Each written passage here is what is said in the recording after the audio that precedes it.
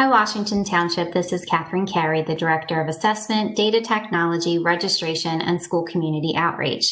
I'm here with our Superintendent, Mr. Joe Bollendorf, for episode 5 of 20 for 20. This time, Mr. Bollendorf, we actually don't have 20 questions, but I have a bunch of questions that have come up quite frequently. So I'm going to jump right into question number 1. Why did Herfield School close, but not the high school, since there were positive COVID cases in both buildings? Well, Kathy, we actually, took some media coverage as it related to that, and I unfortunately believe that there was a lot of misinformation, particularly with the NJ.com article that came out. And I know the district put out a clarifying statement. I did receive some emails from some parents wanting some clarification. So I think this is a timely question, and it's a way for us to perhaps educate our folks on the various options and protocols that are in place by the DOH as it relates to various situations that may crop up during the course of the school year, because it's likely that these things will happen from time to time in our school buildings. And so it's important for our folks to know in advance. So if you can pull up the one document, the table that we are using to help guide us, I think that this would really help clarify and kind of help folks to understand. So if you look at this, they present scenarios in the column to the left and directions on whether or not schools should be closed on the right. And really in all of them, the majority of them recommendations include keeping schools open.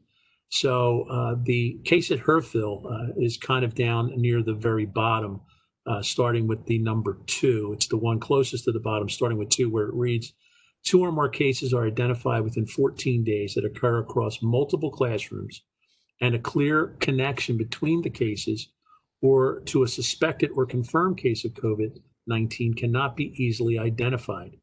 Right. So this is where they're concerned of the possibility of any kind of communal outbreak.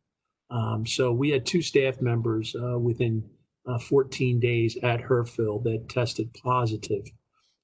As far as we know, that exposure did not occur in school, that it occurred outside of school, but it fits into this box. And so therefore, the recommendation was to close the school and go full remote for 14 days. And so that's exactly what we did. At the case of the high school, it's the very top one where we had 1 confirmed case in a school. In this particular situation, the school will remain open, and students and staff in close contact with a positive case are excluded from school for 14 days. So that's an important phrase, close contact, because there actually is a definition of what a close contact is. And a close contact would be somebody who was exposed for more than 10 minutes at a time, outside of social distancing and or not wearing a mask in the presence of that person, or the person who has COVID not having a mask on at that time. So for example, our students in the classroom who are seated 6 feet apart and wearing masks at all times would not necessarily be considered close contacts should another student in that classroom come into school and be determined to have COVID. All right. So whether or not those students would have to be quarantined would be based on what the results of the contact tracing that would be done by our nurses and by the county health department.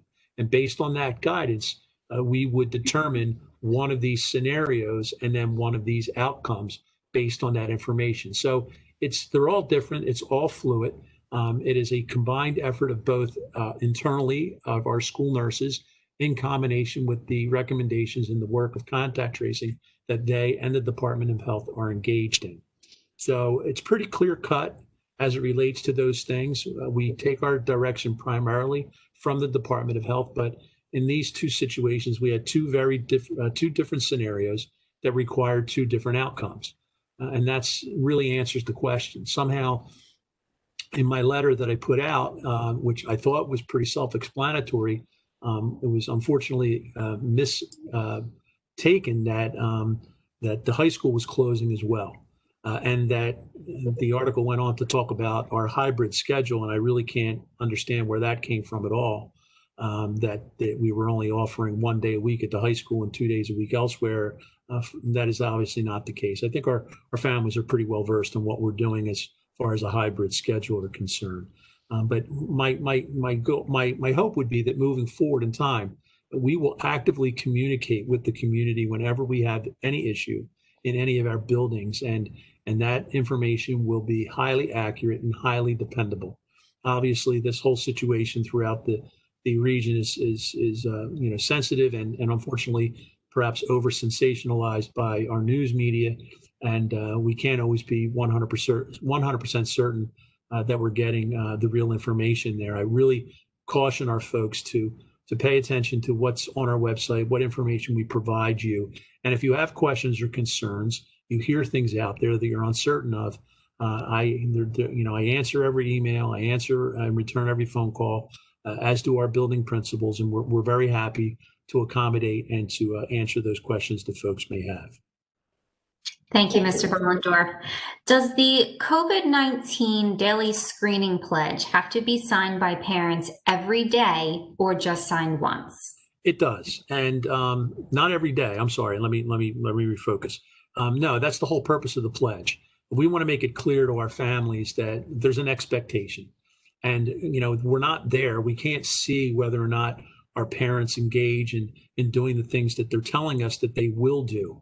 Our hope is that they understand and believe that for the safety of their own children, as well as all the other children and staff in our buildings, that they're going to take that very seriously. And the pledge is simply a statement that, yes, I understand that. And yes, I will do what it is that I need to do every single day to do my part in keeping our community safe. So it's a one-time sign.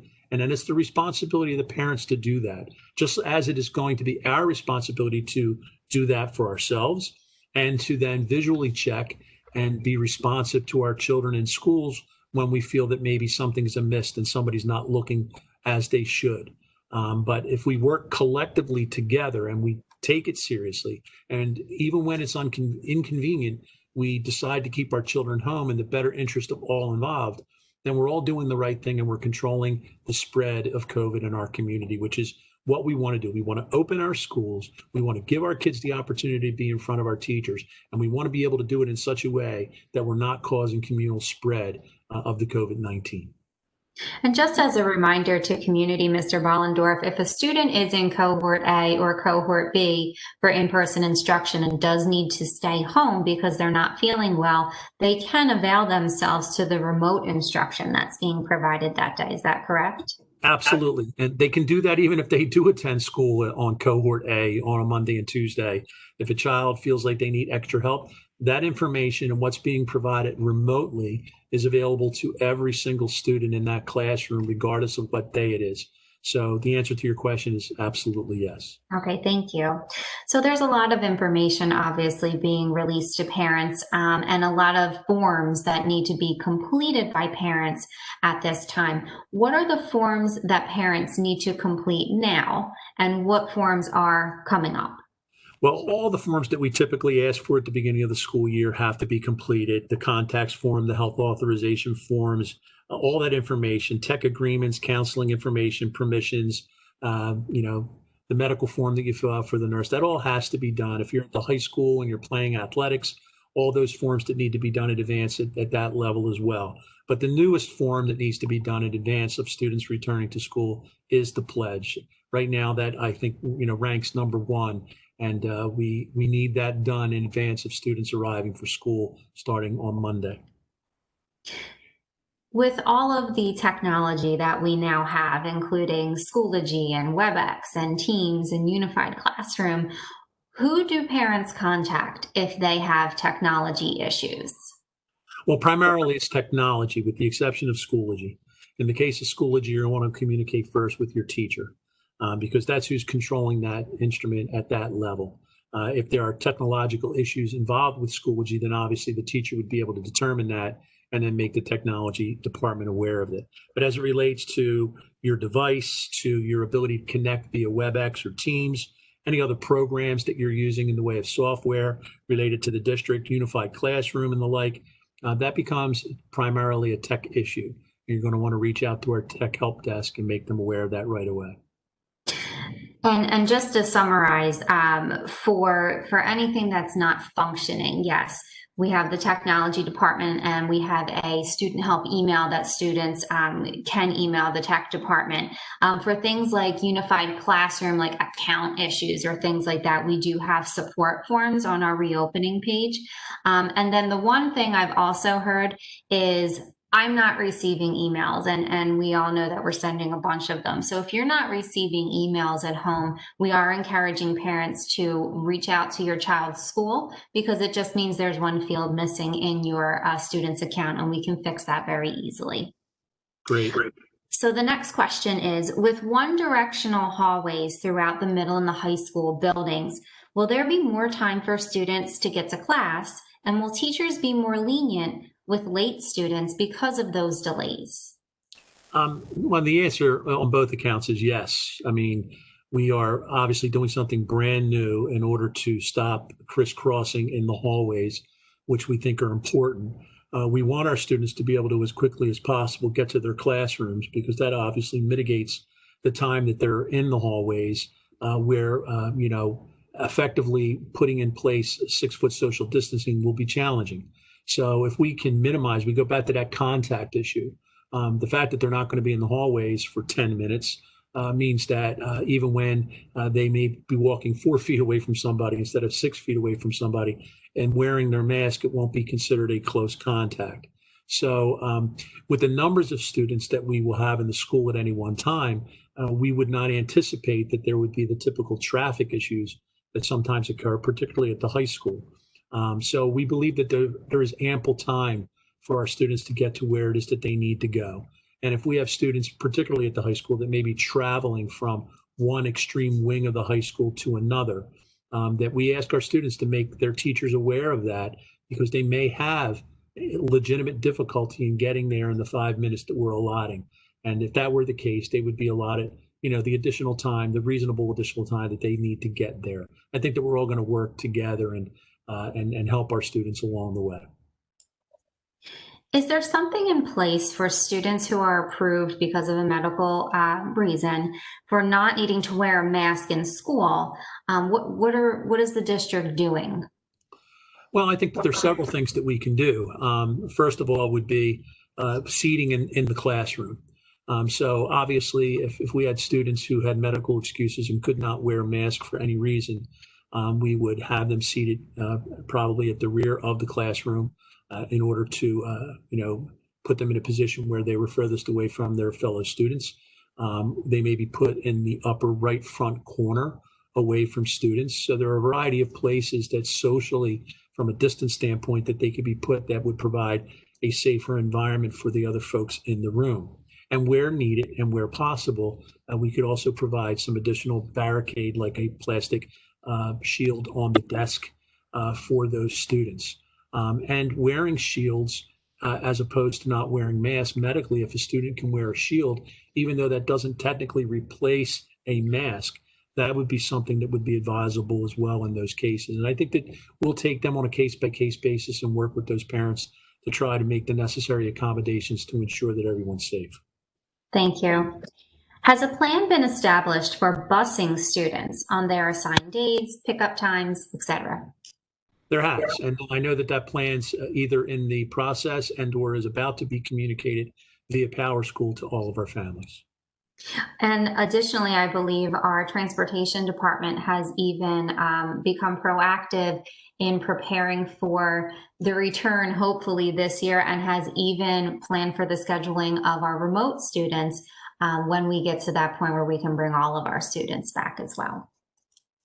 Will incoming kindergarten students be able to meet their teacher and see the classroom in person before instruction begins? No, not at this year. All of our orientations had to be held virtually this year for obvious reasons. We're not going to be bringing kids into the building to do the things that we've done in the past. Obviously, that pains us to have to do that. But the good news in this particular case is that our kindergartners, as an example, have already met their teachers, even though it has been virtual. So they won't be a stranger when they come into the building and see them and one another. Our teachers know who they are, and hopefully our students know who they are. And I know time will be spent in the early going, acclimating our students to the building. So, part of what it is that they'll be doing instructionally will be similar to what it is that they would have done on orientation. But those things will occur when the students enter. What school supplies are suggested for all remote students? Well, the most important supply, obviously, is what they already have, and that's their laptop. Other than that, I think that that's really based on what their needs are relative to what the teacher needs them to have. And if there are things that the teacher needs them to have that are being provided by the school already that they do not have, then obviously we'll have to figure out a way in which those students will be able to pick those things up if, in fact, they are needed. But primarily speaking, most of our text are really reside on software platforms in the cloud. And so our students already have access to most of what they need via their laptops. But if there are things beyond that, then they'll be worked out on a class by class basis. Has anything changed since the return plan was released other than the start date of hybrid learning? Things change every day, most of which don't apply directly to our students. Obviously, the biggest change was the delay of the hybrid schedule at Herfield due to the positive cases that we have had to deal with there. Beyond that, there are some other changes to come down from the Department of Health with protocols relative to quarantines, where they've gone from 14 days to 10 days. They've changed depending on whether or not you actually contract COVID or if you're living in the house with somebody with COVID. They've actually extended the period of time that people may be quarantined who are living in a household with somebody who has COVID. So those kinds of things would need to be worked out. And we would be communicating to those families when we become aware of a COVID positive case in a household.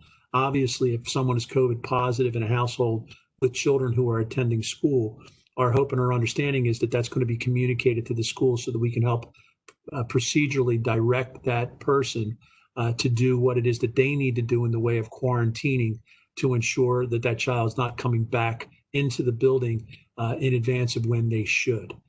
So it may be likely that in some cases where a family member acquires COVID, that student who may be in the hybrid model will have to shift to an all remote model for a period of time before they're able to return to the building. But that open communication with each school building as it relates to those individual cases, I think is very critical. All right, this question is a scenario from a parent that I think I'm sure a couple parents are experiencing. So I'm going to read the scenario. For at least the first 2 weeks of virtual schedule, my 3 children will be going to a babysitter and will be unable to log on for school until I pick them up at 4. What happens since they will miss the live teaching time periods? Will they be marked absent? Will they be able to watch the live parts once they are home? We recognize that there's going to be a variety of issues in homes depending on childcare and the like, where on a daily basis there may or may not be the ability for students to log on and have direct contact with their teachers when they're being assigned to do so. And obviously in the hybrid model, that's going to change remotely what we do quite a bit in terms of how we do it now. So those live connectivities with teachers, if you're in a full remote, as an example, will not be as frequent as they currently are at this moment in time. However, regardless, if you are supposed to be connected with a teacher at any point in time and cannot, but then can avail yourself to the work that's assigned and complete the work that's assigned, then you would not be marked absent for the day. We recognize that, and that's how we will continue to mark attendance. So essentially, everybody's presumed in school on each and every single day, and determinations based on attendance are really based on their connectivity, their ability to work with their teachers, their ability to complete their work. It's a combination of all those things. So parents shouldn't be overly concerned if they're able to get down and do the work that needs to be done that's being assigned on that particular day. It will not be an issue of attendance. Thank you. And Mr. Bollendorf, that was our last question for episode 5. We will continue to monitor our COVID-19 info at WTPS.org email for further questions for our next episode. We'll also monitor our Facebook page for any questions that are arising. But before we end the episode, is there anything else you'd like to tell our staff and community? Just passing on that, I'm really genuinely excited that, the 21st is right around the corner. And I'm excited to see our kids return. I hope to be out and about that day, seeing our kids like I normally do, standing out front of the buildings, greeting them with my mask on. Just seeing their faces, I know is going to warm my heart. It's a lot of work has gone into this day, and I'm excited for it to happen. And I really, again, genuinely appreciate the support of this community as we work together to make this a reality for our kids. So thank you to all. And thank you again, Kath, for putting this all together.